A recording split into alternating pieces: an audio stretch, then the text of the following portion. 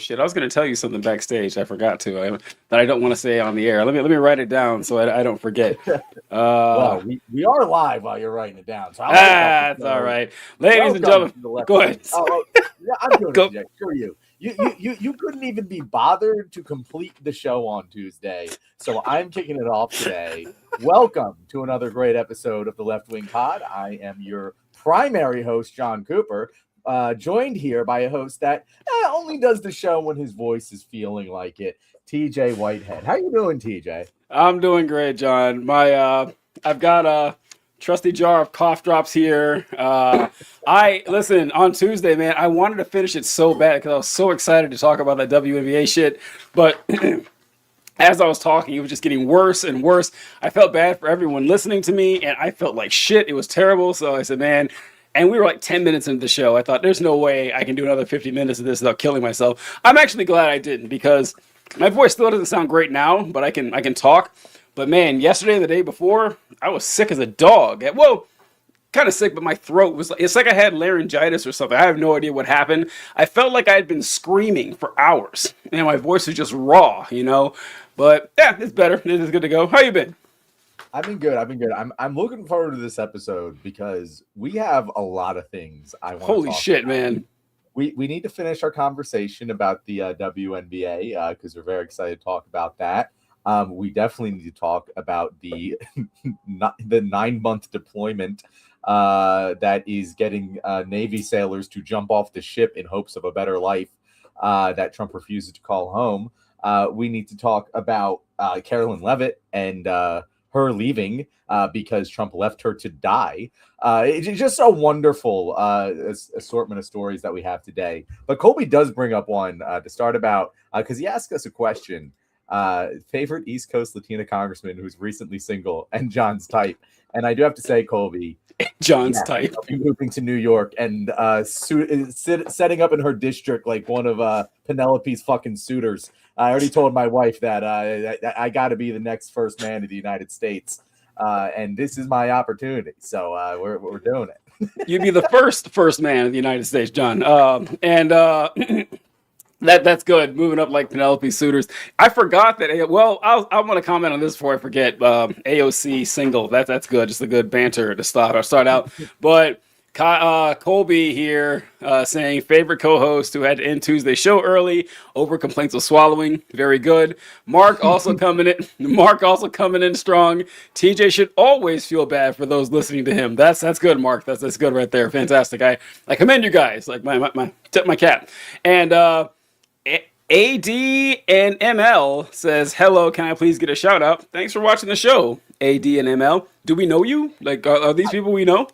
I don't recognize AD and ML, but hey, if anyone wants a shout out, all you have to do is ask. We are very easy to please here. So yeah, if you ever want to shout on this show, just ask for the comment, and we will probably give it to you.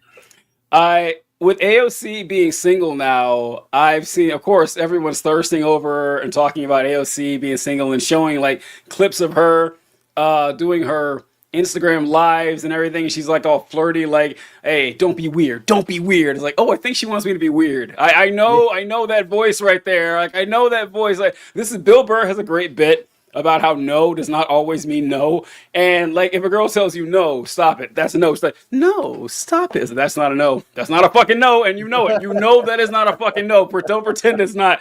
And ADML says, my brother is going into the Air Force. I do got to say, so my dad was in the Army. So I always knew I wanted to join the Army as a kid. Always knew. And I always thought, it's like, even my dad wasn't in the Army. If I'm joining the military, man, it's going to be the Army or the Marines. But it was always going to be the Army. It was not going to be the fucking Air Force. You kidding me? I'm not joining the Air Force. No, I'm joining the Army because I want to be in the military, right? The Air Force, like, sure, they're in the military, right? But yeah, we don't give them the same respect. Same with the Navy, that, and I would never want to be in the water. F that. But now, as an older man, if you're going to join the military, join the Air Force. Okay?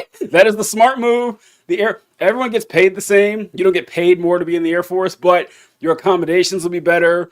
Your chain of command will make more sense. The promotions make more sense. It's treated more like a normal business instead of, an insane group of grunts and all that shit. So hats off to your brother. Hope he does well in the good old U.S. Air Force, which was originally part of the Army. Just want to throw that out there. That's great. I was always like, not that I ever thought I'll join the military, but like if I was asked the question which branch I would join, I'd always say the Air Force because that just seemed the obvious best branch of the military to be in.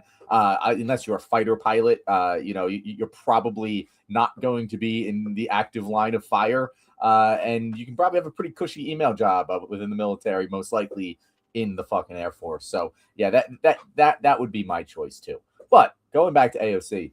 You're 100% right. She's leaning into it. In fact, it's weird. Man, I saw a report come out that they've actually been split for like 2 years now.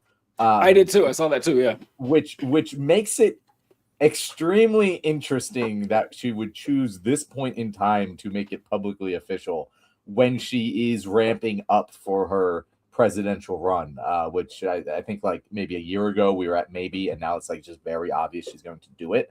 I don't know. Like, what do you think? It's a calculated political move, or do you think there was like a story was going to come out about it, so she just jumped ahead of it? Yeah, I have no clue at all. I remember seeing like early this week or last week that AOC and her boyfriend had a fiance, I guess, had called it quits. And I was surprised by that because they've been together for a really long time, like a decade or more. Yeah, I'm pretty and I sure said, sweethearts. yeah, I was kind of surprised. I said, oh wow, that doesn't usually happen like that. So I was like, okay, she's single. And then I see people talking about, oh yeah, she's going to be running for president and everything. I have no clue. I don't know who leaked it. I don't know how they kept it secret for 2 years, honestly. That's actually the most surprising thing about this, that she travels all the time. And she had been in Congress for a while. And then 2 years later, 2 years ago, this guy just, I assume, stopped showing up and no one questioned it. Thought that was weird. I don't know. I can't. Jesus Christ. What have you done, John? You do the shout out, man. You put it out there. I'm not gonna. So, Jet Saha, you can get a shout out. Shout out to you. I see all your highs. Thank you very much. And I'm gonna call you Adam because your name looks like Adam. John, you have a dog or cat? That is a dog behind me right there. Cats don't destroy shit like she's currently destroying that. Her name is Nala, though. She's named after a cat in the Lion King. And also, my name is spelled correctly right there on the screen, just to let everyone know in case you want to type it out in the comments. I knew a guy named Jonathan, and I asked him once, hey, is your name Jonathan with an H or without an H? And he says, it's with an H, because Jonathan without an H is Joe Nathan, and that's not who I am. I was like, oh, I like that. I like that. Was pretty good. I didn't know there was this beef between the H Johns and the no H Johns. I was open up to a brand new world. I thought he was going to say, give you a smart ass answer, like all Jonathans have an H. That's what the sound comes from. That would be good. That would be good. Oh, and Colby says, and public announcement of egg freezing. Yeah, so this is what weirds me out about this. That to me, announcing that you're single doesn't help you if you're running for president. I don't think it does. Right? Am I misreading that? Because I don't think that makes her more electable. I think it makes her less electable. Well, TJ, I see. There's many different ways to play. This is very exciting for political talk because it's one of those rare things that absolutely does not fucking matter, but also kind of does matter if we're being totally honest about it. And it's just fun little gossip. Like we're like an entertainment news podcast here, right? And here's the thing. You're right. That was my first thought. Like it wouldn't necessarily benefit. Now, we always say that about a man. That is a thing. Right, we always say that about a man. A man needs to have a family and be married. A woman, I mean, we've tried that twice. It hasn't worked two times in a row. Maybe she's switching it up, or maybe, TJ, here's the very exciting and scintillating bit. In order to get a better political marriage, you need to dump your ginger that nobody knows about first. Mm-hmm. And so maybe there is a political... Justin Trudeau is testing out the let's date a pop star thing. What if AOC already has someone lined up to be whatever she thinks is going to help her out in the chase of the presidency? I don't know, TJ. it could be interesting. This could be a very, very exciting little storyline for us to follow. Oh yeah, I don't It could know. be some small scale, YouTube podcaster who goes Yeah. live every Thursday. It's just say it could be. It could. Who knows? Anything could happen. Mark says, I think AOC will break most standards when it comes to running. That's true. AOC is uncharted territory for a politician of that status. And I do like your idea of the power couple thing, John, because this guy, look, first off, I had a lot of respect for this guy because, one, it must be tough as a man to be married to a super powerful woman like that. It's got to be hard. It'd be tough for a woman to marry a super powerful man, but with the dynamic flip like that and the way we view gender roles in society, the most progressive guy in the country would have like a difficult time with that. So I respected him. I don't even know his name. Like taking a back seat and just letting her do her thing and supporting her career. Love that for him. And that character quality that he had kind of made me push down to the cellar of my brain. I don't know if resentment's the right word because it's not like I knew AOC and had a shot with her or anything like that. But that fucking guy is with AOC. Are you kidding me? Like, are you kidding me? AOC would be like one of the best looking girls on campus, no matter where she went to school. And that's the guy she ended up with. That seems unfair, right? Like, it doesn't seem right. And I remember, I don't know when I first saw this dude, but I thought, all right, AOC, you can do better than this. Maybe it took her 10 years to figure this out. It might just be as simple as that, where she's like, wow, I really sold myself short with this guy here. I could have bagged a much better dude. And maybe the shame of dropping him is why she hid it for 2 years. I don't know. Like you said, John, spider web of gossip here you could go on. No evidence for any of it, but it could be pretty fun. It is a lot of. I thought the same thing, TJ. Like that fucking guy. Are you serious? Guy. And I do think that, like, how do I put this? I would be very okay with. Obviously, I'd be very okay dating AOC, dating a powerful woman, all that. I would not be able to just shut up and stand in the background. No chance. No chance. No fucking chance. Now, am I totally fine with that relationship dynamic? Yes, but like, I'm gonna make it about me at some point, and that's why I would be bad at this unless you want someone who isn't going. Maybe she dumped him because she wants someone who's going to, be a little bit more forward facing and, help her out. And if that's the case, I do think Alexandra Ocasio-Cortez Cooper Paz has a certain ring to it.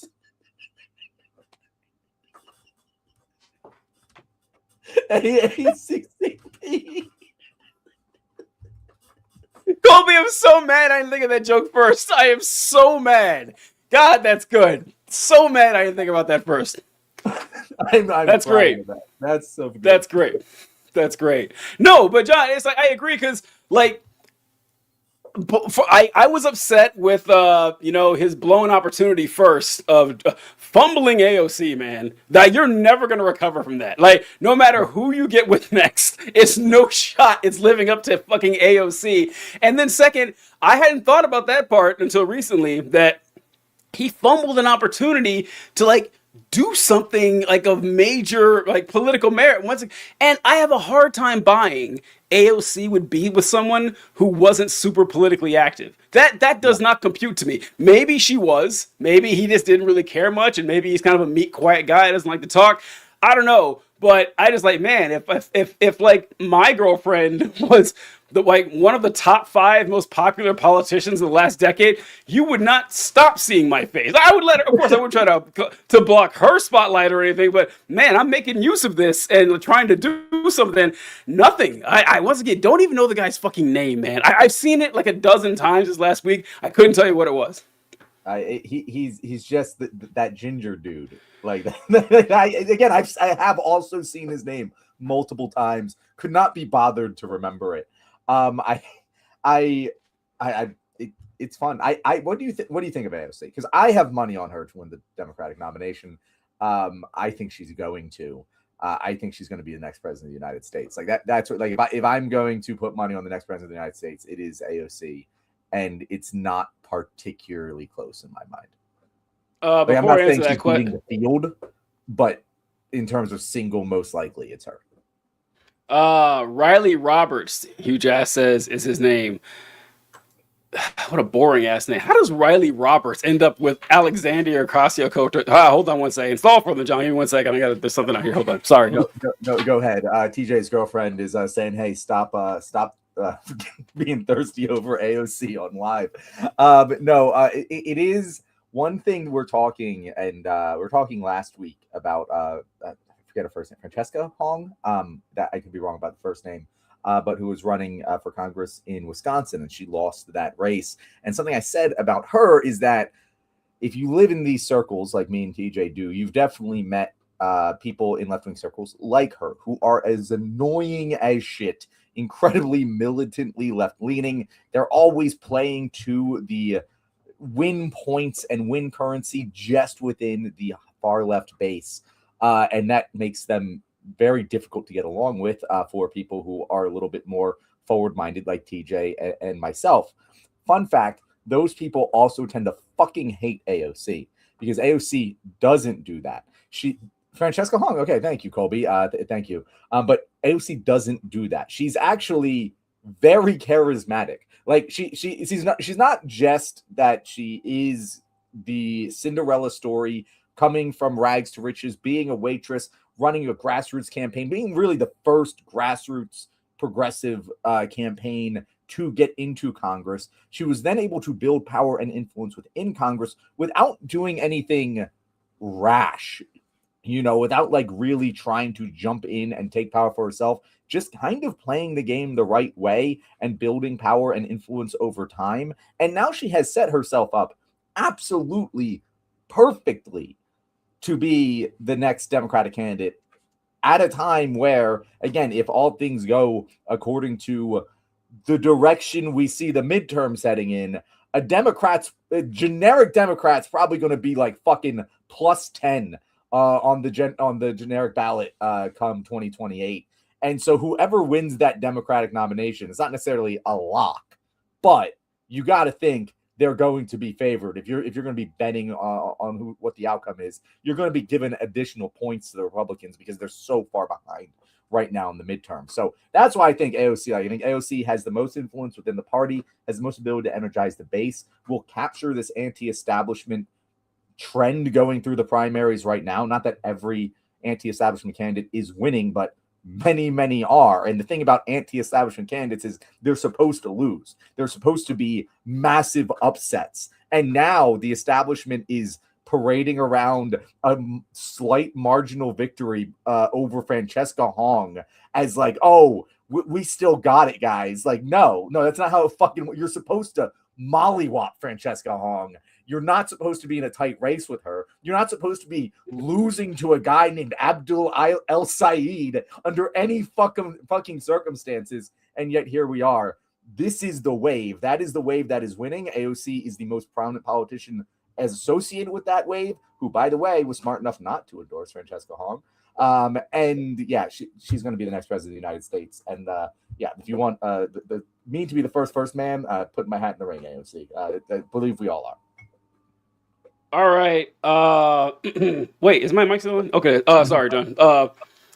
So Mark here says, I'll take both those bets, John, any day and all day long. And I agree with Mark, John. I would not bet on AOC to win either of them, actually. I'd be more surprised if she won the general than the primary. And I just don't believe the Democrats are going to nominate 3 women in a row. I just don't. I think that when Kamala was running last time, I cannot tell you how many normies I talked to who said, I just don't know, man. I don't know if America is going to. And I said, oh, that's ridiculous. They were fucking right. They were right. Now, her being a woman may not be the primary reason she lost. But, people are pattern recognizing machines and like, oh yeah, I think they're going to nominate the straightest, whitest man they can find. And when it comes to the general, I just don't know. Maybe like 4 years from now, she'd have a stronger chance in my. Although, Mark, I got to say, Mark, you're pretty confident on this bet when, what is it, August, September, October, 3 months, Mark. 3 months. I have not forgotten. I have not forgotten your bet that the Strait of Hormuz would be open by, I think, November 6th. And it's not looking too good for you, buddy. It's not looking good. I gotta say, it is not looking good. So yeah, I may join you with this one, but just know we're not friends on the betting rate. So yeah, John, I just don't know. AOC, her star power is huge, but I think that it has some limitations, especially with men. This is the problem with society and our views of young women, specifically young attractive women. Years and years ago, back in the Facebook days, before I was making any social media content, I would see the same post you've seen, John, where people says, "Can you believe this stupid bitch AOC? She said Puerto Rico became a colony in 1891. It was 1888. What a fucking moron!" You see shit like that all the time, and they say the narrative is that AOC is stupid. She's dumb. She's an airhead. She doesn't know what she's talking about. And I would talk to people I knew who were conservatives, my conservative friends at the time, and I said, "Listen, none of you here have ever called me stupid. And I don't think I've said anything different than AOC has said. If there's no way that you think she's a moron and I'm smart. That cannot be true unless there's another reason you're calling her a moron. And it's that she was a 30-year-old woman and she looks and sounds like a 30-year-old woman, which is a demographic people don't take that seriously. So I just don't think that's changed a lot, because that just doesn't apply to, Republicans. I think it applies to a lot of Democrats too. So I know she's popular, but I am not sold on her mopping the floor or winning convincingly. I'm just not. So I hope I'm wrong, but I'm not taking her against. I'm not even close to taking her against the field or anything. I think of, a field of 10 candidates who are going to be potentials for the nomination. She's the leader with a 12%, chance of victory, if that makes sense. It's pretty close. Maybe 15. I probably didn't do the math right there. I do agree with you. Her biggest weakness, besides what you just said, is the combination. Her voice sounds dumb. I don't even think it's necessarily just that she's a woman. Doesn't help, but she sounds kind of like a sorority girl. She just, the way she talks does not sound presidential. How much that matters, I am not sure. After 4 years of Donald Trump, I believe that she will sound very intelligent. And it does depend on who she's running against. Because I will take people assuming that AOC is dumb because of the way she looks and sounds against JD Vance being an obvious creep with zero charisma any fucking day of the week. And twice on Sunday. It really depends on what the parallel is that we are driving. But as I said, we will see. I think that AOC is at the top of the bracket for winning the Democratic nomination, and I think Democrats will win in 2028. Generic ballot, again, I'd put it plus 10 on the Democrat side. So, again, I think that the smart money is on that. Mark, I'm not going to do a bet now because it would be impossible to put odds on at this point. But keep watching this show, and we will definitely be putting. I do have money on this on Cauchy for those who are interested, and I'll probably put my winnings from Todd Blanche. Just pound that on AOC. Keep it riding. Thank you, Congress, for passing Todd Blanche, like I told you to. But any other thoughts on AOC before we move on to some other topics here? No, none. I just the voice is true. I don't know. It's tricky for women to get in that narrow line. I'm trying to think of a woman who isn't old, who sounds authoritative and presidential, that people take seriously. And it's a short list.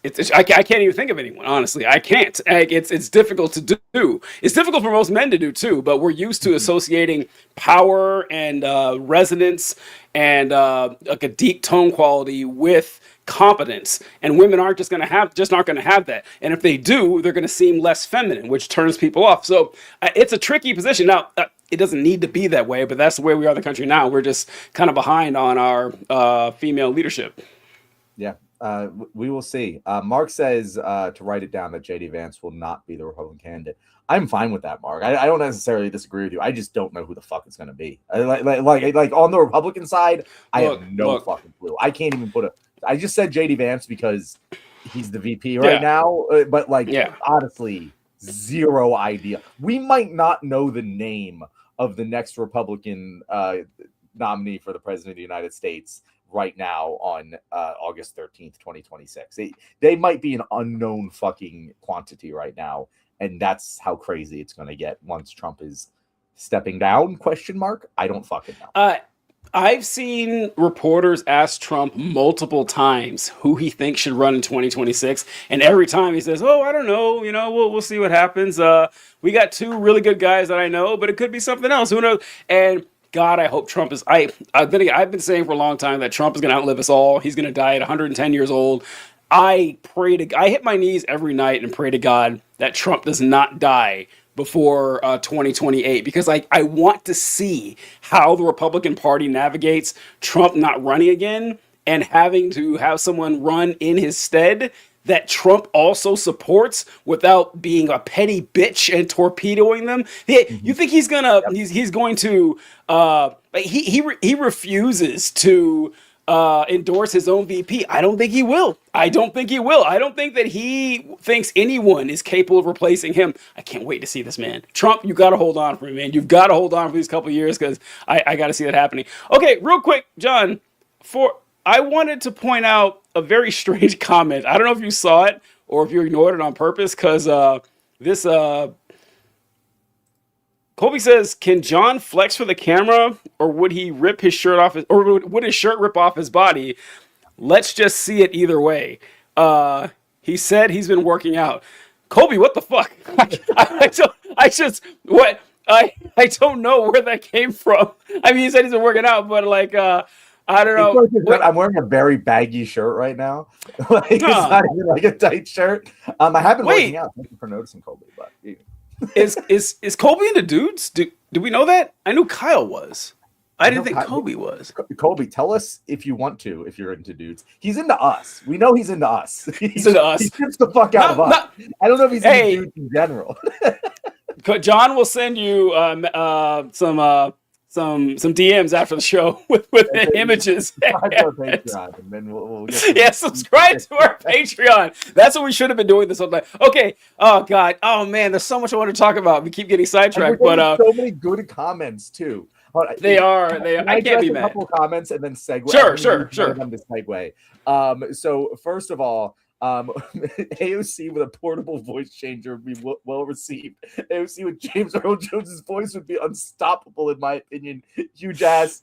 As much as that is a joke, it is entirely correct. Like, you change AOC's voice, and she's exponentially better candidate. It is her biggest weakness by a large margin. I don't know how she can do it, but we will find out. There's another one. Huge ass also said, Mitch McConnell 28. Tucker Carlson. That is the pick of our show. God, I hope not. I hope not. But Tucker Carlson is our pick for the Republican presidency. And Adam's back. So thank you, Adam, for saying you're back. I'm upset that you left, but I'm glad that you came back. And Mark says Rubio. Write it down. Now here's the thing. That's on paper, not a terrible bet, Mark. It's not a terrible bet. You'd have to put him in, your short list of candidates right now. The thing is, Marco Rubio cannot be the president of the United States. Marco Rubio is the most spineless fucking coward in the history of the world. And that's even if he makes it to 2028 and doesn't get shot down on a decoy plane that President Trump abandoned him on. TJ, did you hear this? We didn't talk about the story when it first came out, but now that it like officially came out, and Caroline Leavitt seems to have probably left because of it, we got to talk about it. Yeah, I saw the story a couple days ago that there was I guess some threat supposedly, like maybe Israel lied to Trump about the Iranians again, an assassination attempt. And the story that I saw first was that Trump was snuck away in like a food cart to a Turkish plane that flew back, and then they had Air Force One fly away. But they didn't tell any of the staff on the plane. They didn't tell any of the press corps, including Caroline Leavitt. So these people were sitting ducks. And if the Iranians had actually tried to attack the plane, it would have killed dozens of people who had no idea that they were under a target and a threat. And when they asked Trump about it, they said, "Hey, man, how about what's up with you not telling people that there was a target on your plane and that's why you didn't ride on?" He says, "Well, I don't know. If you think about it, the plane that was the most dangerous was the one I was on because I was the one they were looking for." And said, "If that was the case, you wouldn't have ridden on the plane, man. Like that, the whole reason that you rode on that plane was because it was less of a target." We just let him get away with saying that shit. Now, Caroline Leavitt resigned suspiciously like 24, 48 hours later after she was on that target a plane. I don't know if it's related, but it does. I admit it does seem a little bit fishy. This is one of those like stories where like every sentence of the article gets funnier and funnier because first the intelligence was not from us. It was the CIA said it wasn't very credible, but it came from Israel. Israel told Donald Trump that Iran was planning to assassinate them, and the CIA was like, "I don't know about that, bro. That seems very suspicious." So this all happened probably because Israel just lied to him and said Iran is trying to kill you in an effort to continue to instigate this war. And then Trump took it seriously. Here's the part, the hidden part that a lot of people, I don't see it in all the stories. They were originally on the Qatar plane, TJ. They were planning to use the Qatar Air Force One plane that was gifted to Trump, but then decided not to because of the threat, because apparently that plane doesn't have up-to-date missile defense systems on it.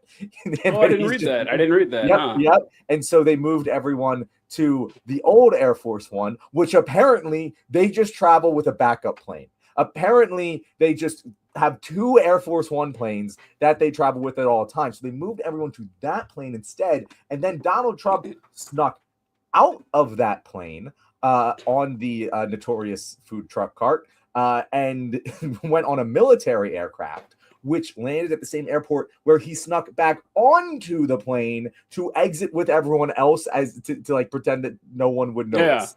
That is such an insane story. Like, we talk about this a lot, TJ, of how like Donald Trump is the least masculine man that you could possibly say is like the red meat and potatoes leader of men. Like he fucking wears makeup. He's incredibly vain. He's obviously not tough. All these things.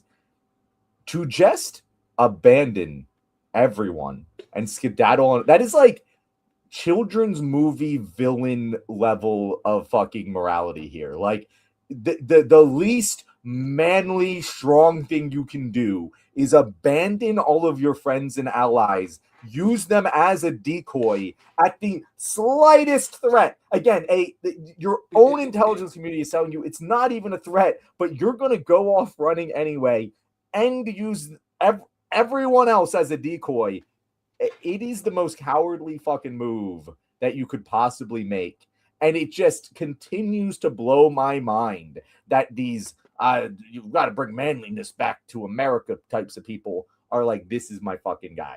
This fat, overweight, vain piece of shit who's a coward is going to be my guy, my pick.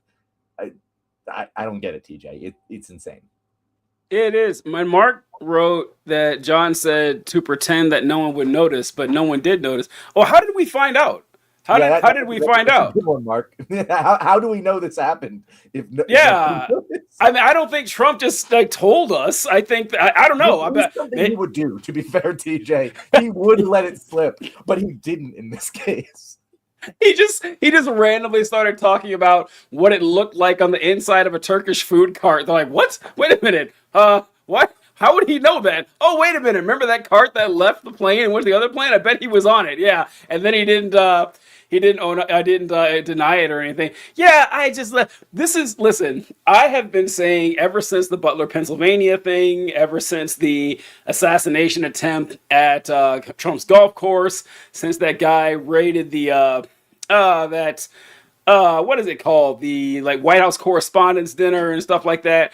That look, people, these assassination attempts, they're real. They aren't fake. They're not bullshit or whatever.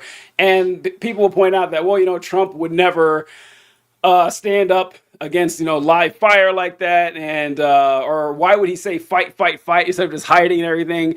And I was like, look, that's right. Come on, look. Sometimes people just do brave things, even idiots. And then this happens. Like, ooh, this is kind of a crack in my armor here. This is not a brave thing at all. This is, and the cowardice is one thing because, I mean, saying it's cowardice to avoid a threat isn't really fair. Like avoiding a threat is a smart thing to do, but sacrificing everybody else, that is, there is no reason you had to do that. None whatsoever. You could have, you could have, you could have done whatever to like negate this threat, and you decided that your best plan of action was to use the Secretary of State, your own press secretary, and random fucking journalists as a decoy that could get blown out of the sky instead of you. Like, oh my God.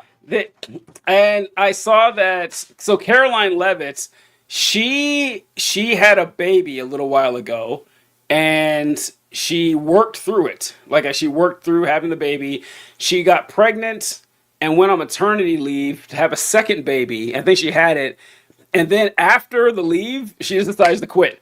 And like that's weird. After all that work, after everything she went through, like she actually, like commendable, I guess you could say, to a large extent, worked a lot through having these kids, only to just at the last second say, actually, I don't want to work anymore. All that time I spent, I'm done. That kind of maybe leads some credence to the fact that maybe she was insulted by it. I saw some clip people were sharing. It said like, I don't know if you saw it on Twitter, John, but it's like heated exchange between Caroline Leavitt and some other.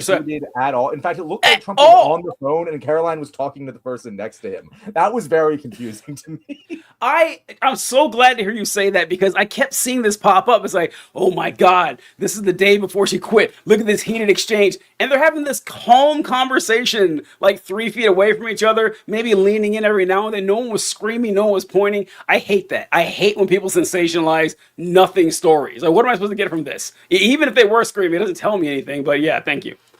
So Stevie's cool says hello. Hello, Stevie is cool. Nice to have you here. Kyle wanted to address this. Said, do you think they would kill the Orange Man and say Iran did it solely to get us deeper into the conflict? They being Israel. And the answer, I like the train of thought there. The answer is no, because JD Vance will become president, and JD Vance not a fan, not a fan of the Iran war, not a fan of Israel. That would not that Israel makes all the best plays for themselves, but that would definitely be way too much of a risk on way too high of a stage to bother doing. Mark, yeah, it leaked. Yeah, so someone knew about it in order to leak it. Like again, like this is like people found out about it and the damage is done. And you're saying it's silly, it's not his plan. Secret Service made the plan. Last I checked, Mark. I could be wrong about this. The Secret Service works for the president, not the other way around. Donald Trump could have said, no, we are not doing a decoy plane. That's staying here. We are being secure and safe if this is actually a threat. And I'm not leaving everyone here to potentially get killed in this fucking attack. He could have said that. And the Secret Service would have listened to him. He chose not to. Like, again, yeah, I agree with you. It probably wasn't Trump's plan. He didn't go, let's put Marco Rubio on the decoy plane. But like, he didn't say no to that plan.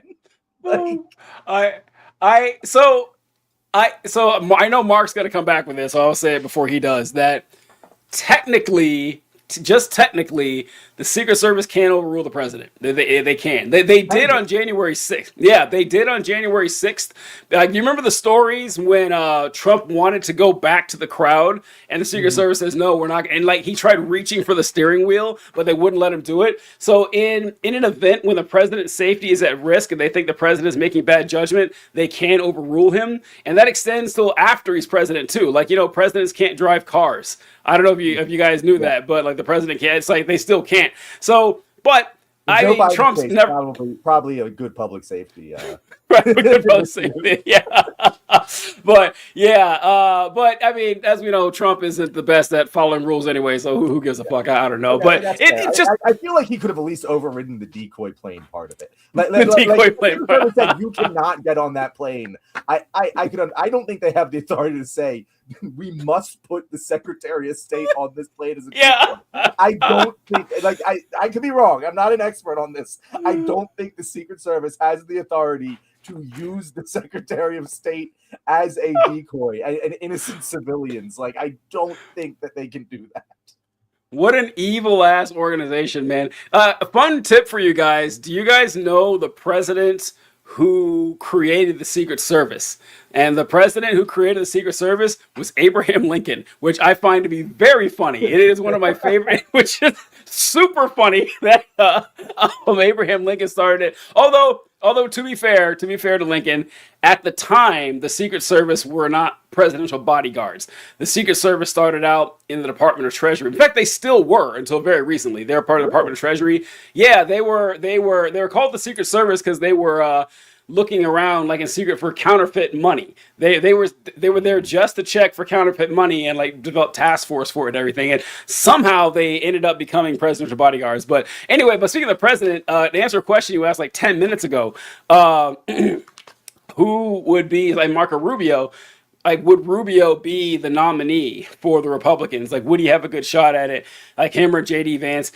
I think JD Vance has a much better shot of being the nominee than Marco Rubio. Not only because JD's the vice president, but Marco Rubio, I think, is the most competent politician in Trump's inner circle. Like Marco Rubio is like just straight up a good politician. He's good at his job. He's effective. Like he's in the vein of like your normal style, like Ron DeSantis type Republican or whatever, which is why I know he has no shot. Someone like Marco Rubio, after you've had Donald Trump for 10 years, and you've had the Trump sycophants, you've had the Trump media, you've had the crypto shit and everything, you've had the insanity that is just fed through the Republican Party for over a decade. Someone like Marco Rubio is not going to get you hard. It's not going to work. Like Marco Rubio, they're sitting there talking like it's 2004. It's going to bore every single one of them. Now, JD is not going to be Donald Trump either, but he's a lot closer. I think that he would have, he has his finger on the pulse. Like, JD Vance has just given up all his morals and shit. It's so funny reading JD Vance posts from years ago talking about Donald Trump and how this guy's a cancer on society. I can't believe Republicans falling for this guy, and now seeing him fall in line because he's seen the writing on the wall. Like he knows what he has to say. Marco Rubio still, tries to be a normal guy, but I think JD's just gonna. Now, that's no guarantee that either one of them are gonna win it, but I like JD's chances better than Marco Rubio's. Yeah, so here's the thing, TJ. I think Marco Rubio, if I was trying to make the positive case for him being a viable candidate, it's very strong. He is, as you just said, the most competent politician in Trump's inner circle. So he gets the MAGA stamp of approval with the crazies, theoretically. And he is a competent politician. So the Republicans that are looking to move past the MAGA era can look to him to kind of bridge the gap between them.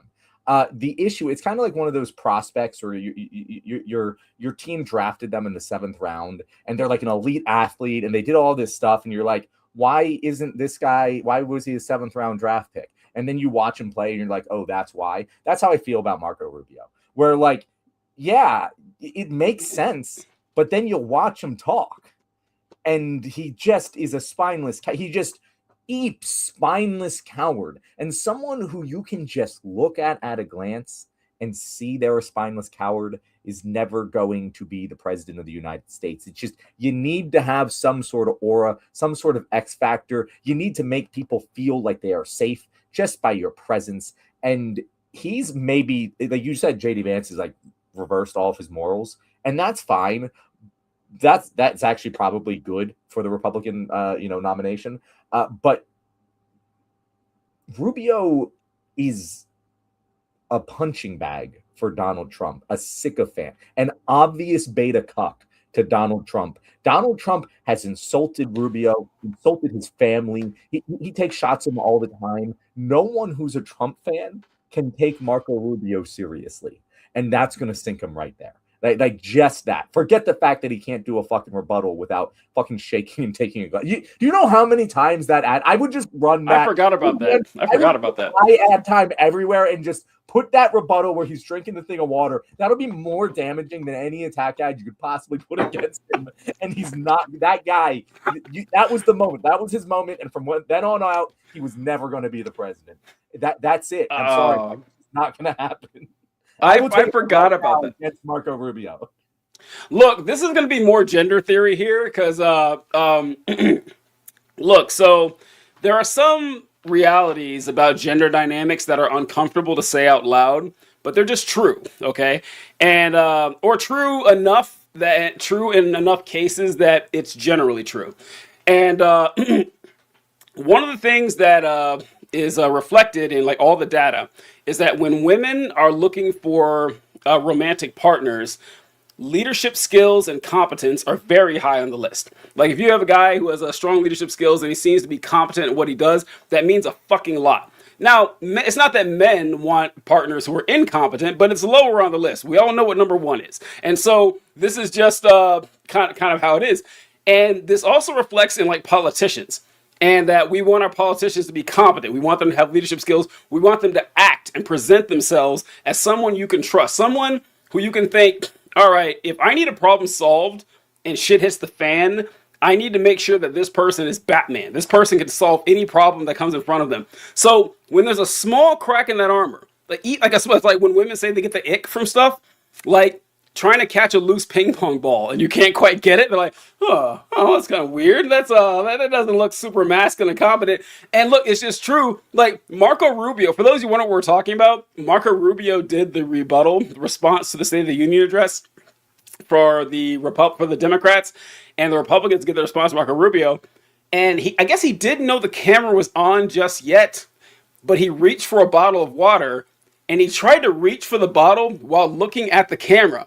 And he was all awkward and off center, and he was shaking the bottle trying to drink from it, and it looked super weird and awkward and everything. That doesn't have anything to do with his abilities as a politician. People still remember it. They still remember it. It gave people the ick. And John's right. Oh, here we go. All right, here we go.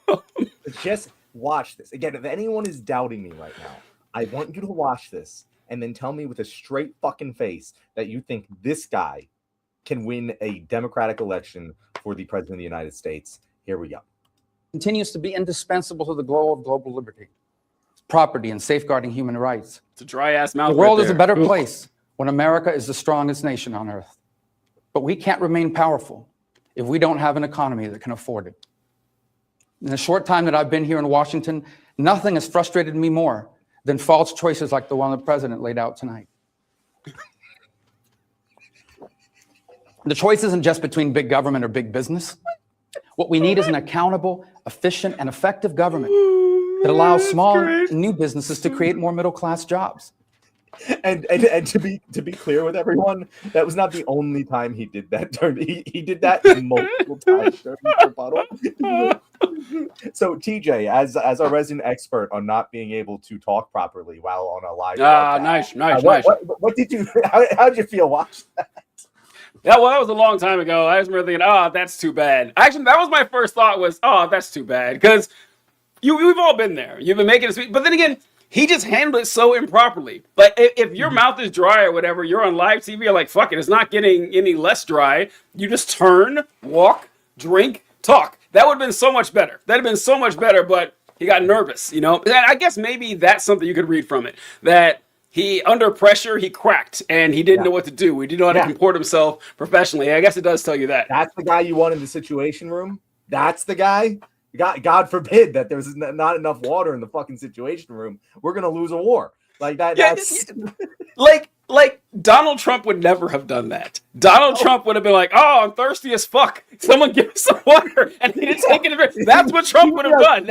Some water, and then yes. and that would be it. And that is what wins elections. It's not policy. Yeah. It's not any of the things that we generally talk about here because we're all in this. We're all like these are the things we talk about every day. No, none of it fucking matters. None of it matters. It's all vibes, and that is a vibes killer right there. Like TJ said, it gives you the ick. I will never trust that man with the nuclear codes. Just it'll never happen.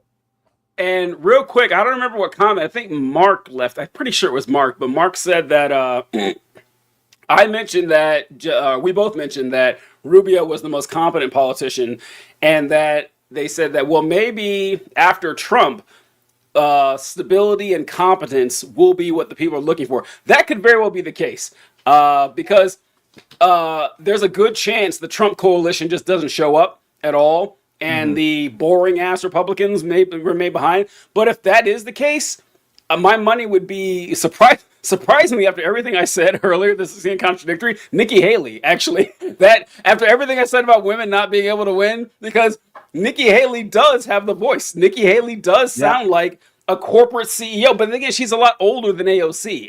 I think AOC's problem is that she's too young. I think that be wonderful if the general against two women. Oh yes, awesome. That would actually be perfect. I also think the Republicans should nominate Nikki Haley. If I'm trying to get the Republicans to win, I think Nikki Haley, that should be the leadership of the party post-Trump. Like, that is the direction the party should head. Will they do it? Who fucking knows? Probably not. But who knows? So TJ, I'll be remiss if we don't pivot at this very moment, because Colby said Marcos Rubio's aura was like a lady baller. Oh God, I can't wait. Episode, and we must give ourselves time to finish. God damn. About the WNBA. I will let you introduce the topic.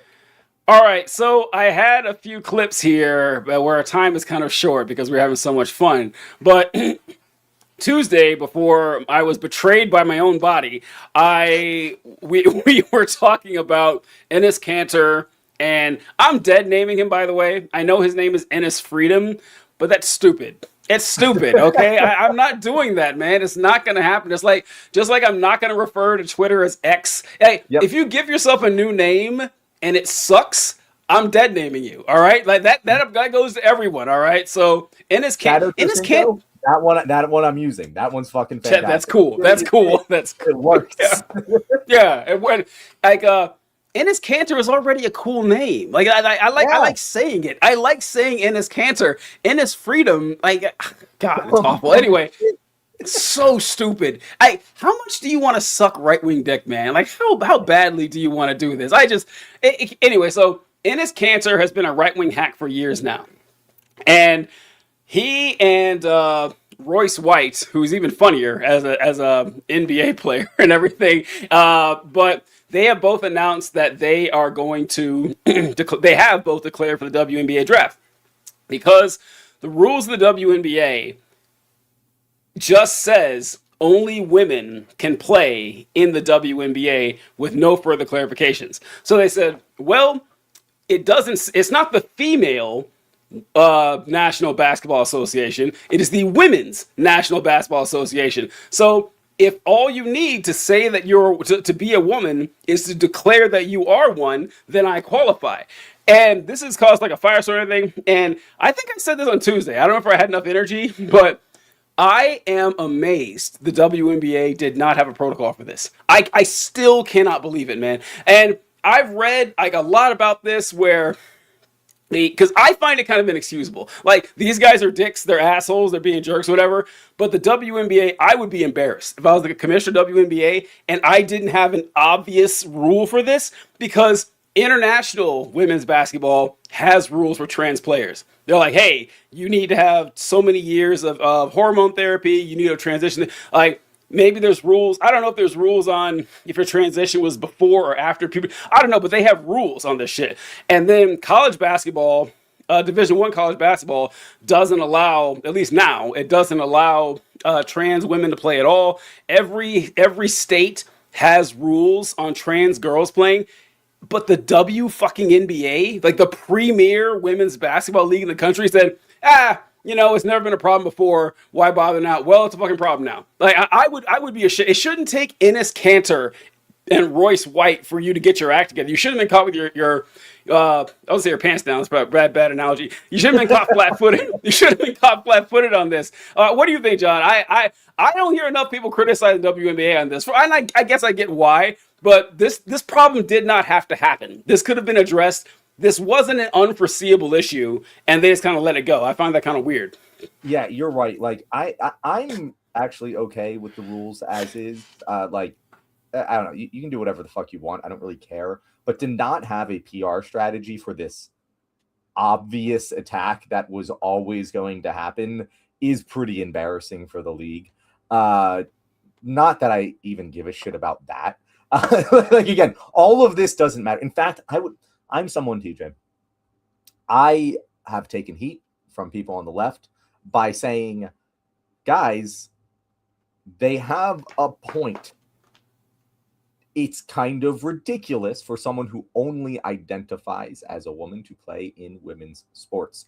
It doesn't really make sense because sports are segregated, not based on gender, but based on biological sex. And yes, you can make arguments about how that is not a black and white distinction. And that's why I say I agree. The government shouldn't be involved in this. This should be handled by each individual league as they see fit within their own community. And that is the way that these things should be done. There is no universal black and white answer for all sports in the entire world. It needs to be handled on a case-by-case basis. That being said, it's also kind of stupid to just say, yeah, anyone who identifies as a woman should be able to play in the WNBA because that's obviously stupid. Now, here's the thing with this specific situation, TJ. I don't think they could make the team. I do not think for like 40-plus-year-old Enes Kanter, it would be who hasn't played basketball in God knows how long, would be able to make the WNBA. And the reason that I say this is because there are plenty of men's professional leagues that would pay Enes Kanter money to play basketball for them if he doesn't want to play the fucking sport, bro. And if he did, he'd be playing. And someone who doesn't want to play the fucking sport, I don't care how much taller you are than these girls, it's not going to fucking work. It just isn't. And he's going to be a total liability on fucking defense because he can't move anymore. And he's just going to get shredded up. It doesn't matter how much he scores in the post efficiently. I don't think he would make a team, even if he tried. I would implore the WNBA to call his bluff and to say, come do a public televised tryout for the team and see how it goes. That would be the best strategy, but they'd have to be damn sure that he wouldn't be able to. John, I don't think I've disagreed with you more on an issue ever in all these years. John, if Enes Kanter played in the WNBA, he would average 65 points a game. I don't know about that, TJ. John, listen, Enes Kanter is 34 years old. He is 34. Wait, he's 34. He's 6'10". No, and like 250 pounds or something like that. The guy would like okay. I thought he was much older. He averaged 11 points a game and like a dozen-year NBA career. He is not a joke basketball player. Like I was having the wrong idea of who Enes Kanter was. Oh boy, it's just forget everything I just said. Okay, like he would be the strongest, tallest, and fastest player every fucking game he played. It would be a massacre. He'd be wheelchair. And listen, Royce White, by the way, listen, it's just he wouldn't make a team because he can't get home. No, I disagree with Royce White too. Because look, like you can't teach stuff. He only plays home games, TJ. You're gonna sign that would be the problem with Royce White. Royce White couldn't play because he's fucked up in the head. Like he can't fly on a plane and shit. I can't believe anybody. I looked up the stats on these guys before the show started, and Royce White, he was drafted like 16th, man. Like he was a first round draft pick. He was, and I was like, wow. And they knew about his psychological issues going into it. And they said, we're still going to take a chance on it. Like, that's how talented he was at basketball. And he just fucked it up, threw it away because he couldn't fly on a plane. I don't know how that happened. But so, yeah, Royce White wouldn't have a shot at making the league because you got to travel to play or whatever. But yeah, what you said earlier, this was getting me a lot too, is I've seen a lot of excuses being made for the WNBA. I think it's just as I do think it's important because our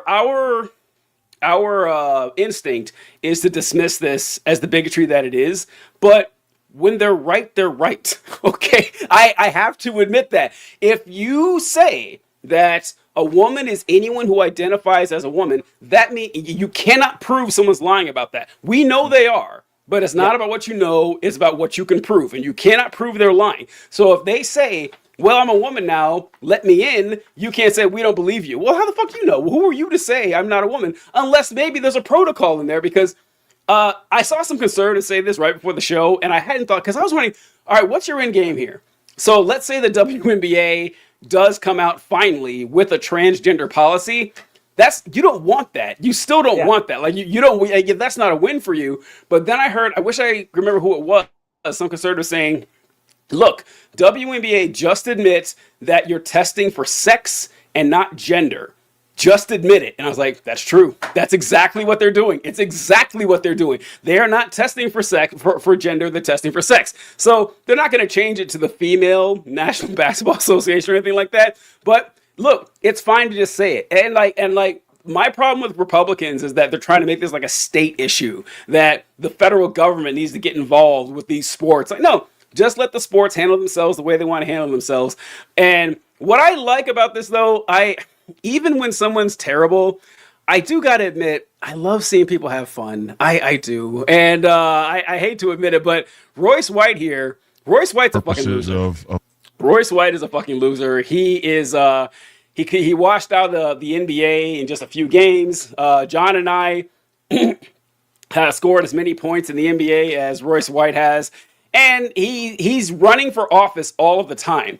He lost his Senate race a couple years ago. He ran for the Republican primary this year, got crushed by Michelle Tafoya. I don't know if you remember Michelle Tafoya, John, but she used to be a sideline reporter for like the NFL. And now, as of a few days ago, he's running for president. He's just a professional candidate. That's all he does.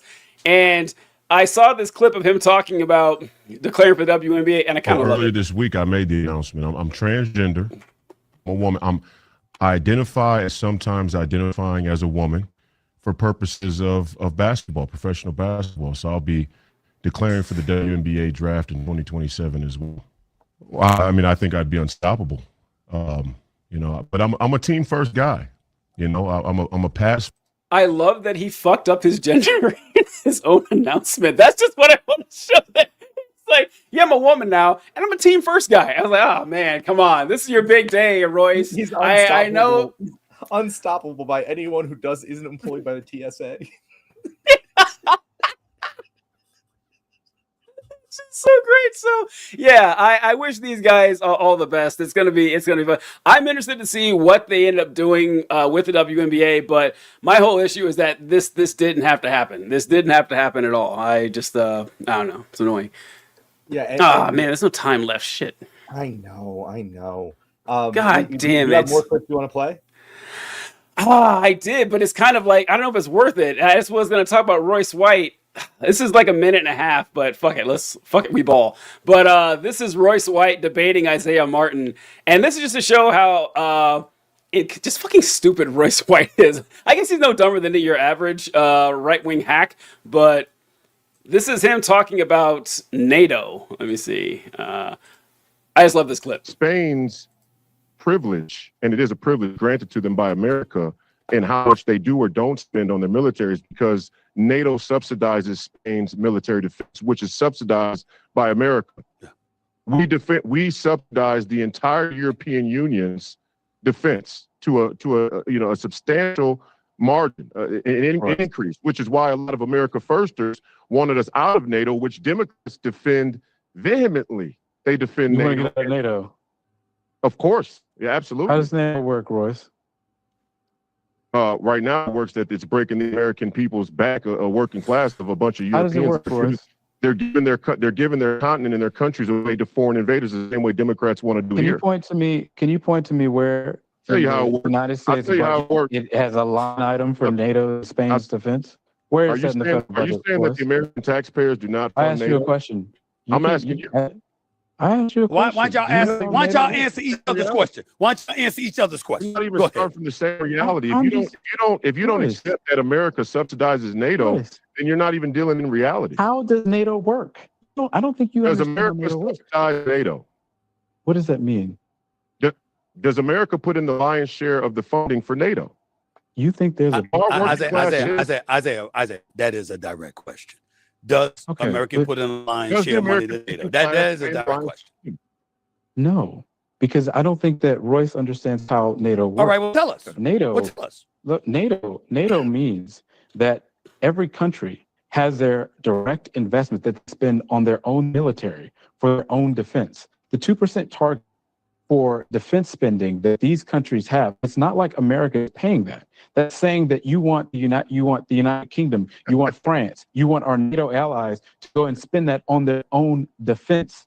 Royce, you seem to believe that there is a line item in the United States budget for Spain's defense.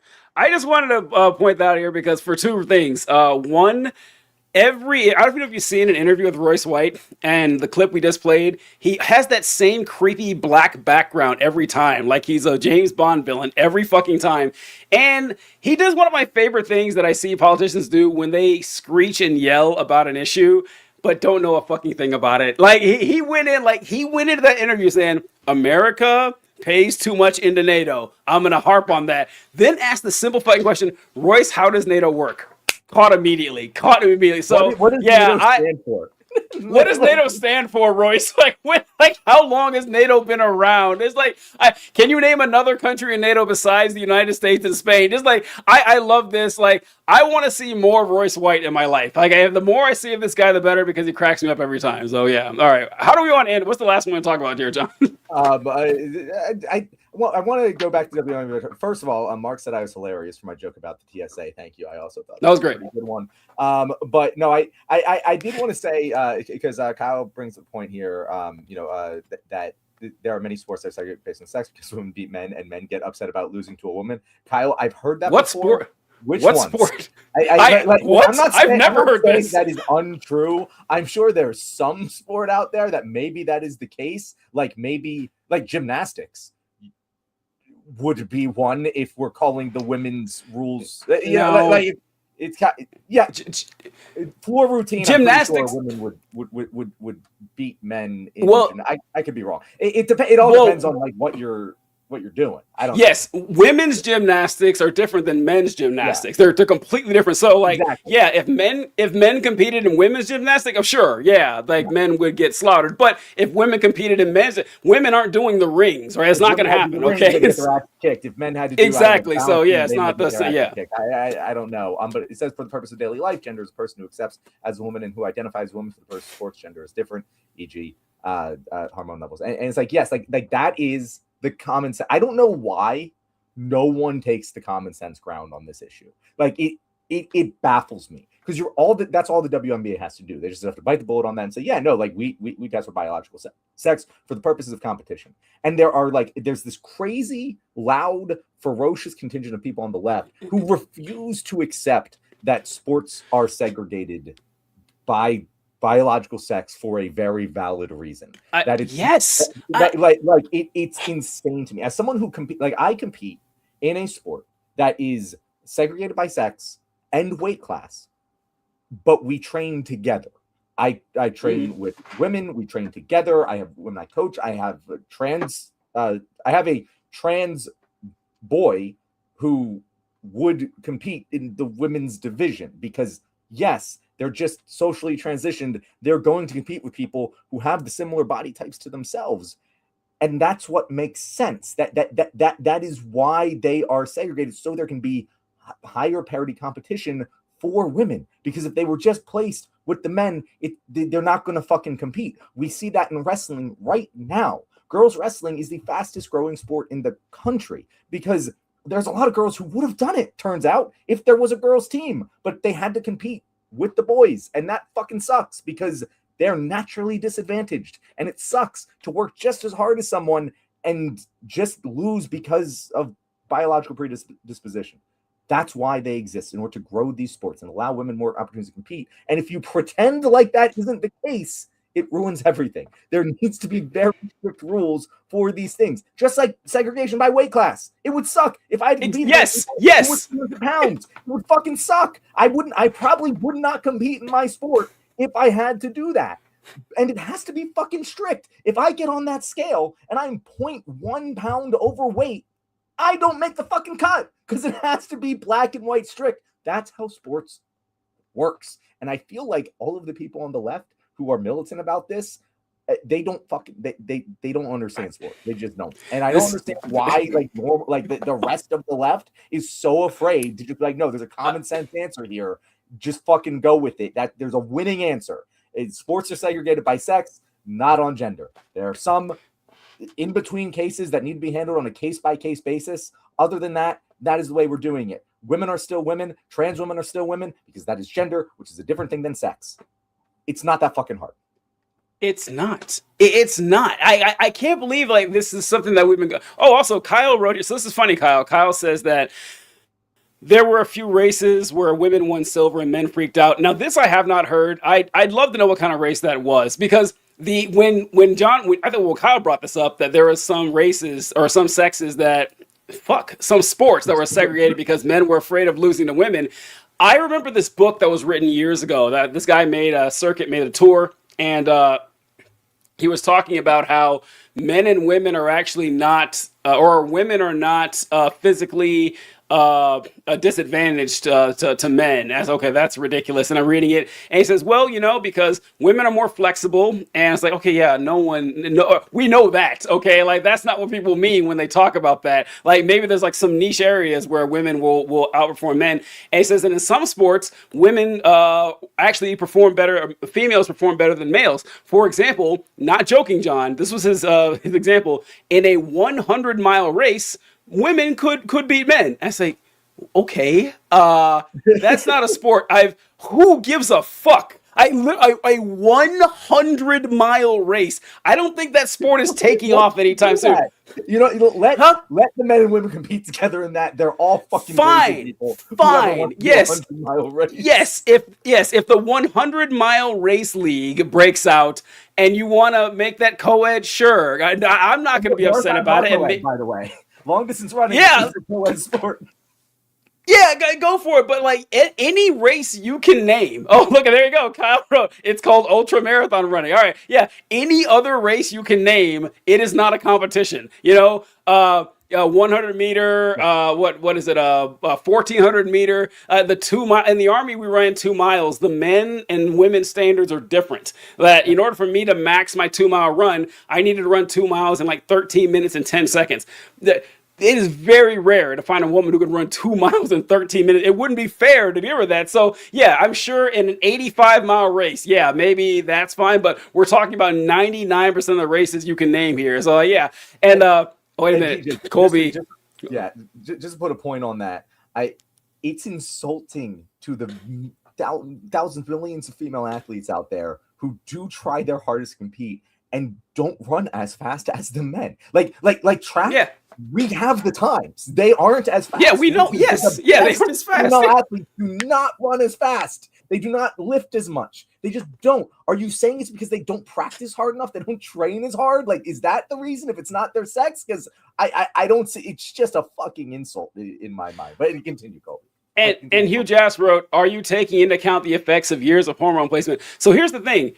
The hormone replacement isn't the only issue, right? Because so if you transition from male to female post-puberty, so you take your hormones, you're going to lose a lot of muscle mass. You're going to lose bone density. You're not going to lose your frame. That's not going anywhere, okay? You're not going to get any physically smaller from the way your hips aren't going to shrink, or your hips aren't going to get more broad. You're going to have a lot of advantages that you're going to have torque. You're going to have reach that it's just not possible for most women to ever happen. So yeah, when people say that, oh, there's no difference. Of course there is, man. Of course there is. That's why rules need to be set in place. The WNBA just saying, oh, we're not going to make it because all of our feeder pool. I've heard this argument too. Well, all the pools that feed into WNBA already have rules, so they didn't need one. Fucking insane. I can't believe I have people commenting this on my videos, because they would be saying, you can't compete. You can't go to high school at past a certain age. That like once you're 21 or 22 or something, the state will no longer give you a high school diploma. You have to go get a GED or something like that. That would be like high school sports saying, we're not going to have a rule about how old you can be to play high school sports because all of our feeder pools have rules. So it would never happen. Why care? It's just, you don't need to be this woke, people. You can just admit oh god, I sound like a fucking conservative here. I fucking hate that, man. You guys are oh, here we go, Mark, of course. There's a common sense answer, and yet the left doesn't want to say it. I'm so surprised. All right, fine. You win this one, Mark. You win this one. There's also a common sense answer to who won the 2020 election, but not a single Republican will ever say it out loud. Maybe Mark would. I feel like Mark would. I believe Mark would. He might be the only one. He might be the only one. Yeah. Republicans will for some reason. It's very strange. And that one seems to be a little bit more pertinent to our national governance than fucking women in sports. But what do I know? I will say, since we're talking about sports that women would be better at than men, I don't know if they'd be better, but I do believe that they'd get better ratings for a ripped t-shirt. I'll put it that way. That's good stuff. That's good stuff. Oh, I forgot to say, I won't be here next week. Hell of a time to drop you. I'll be in Denver, Colorado all week. I'll be out of town, so I won't be able to do the show, guys. But Mark commented that this is a fun show. This is a great show. I really enjoyed it. And this has been pretty good. That too. Like the last Thursday show was also excellent. So I'm disappointed on it. Some days I'm like, okay, I could use a break. This one I'm like, oh, I'm disappointed we're not going to be here next week. So no shows next week. We will be back on TikTok on Tuesday, the 25th, and back here on YouTube on the 27th. Until then, see you guys later. Catch you later. All right. So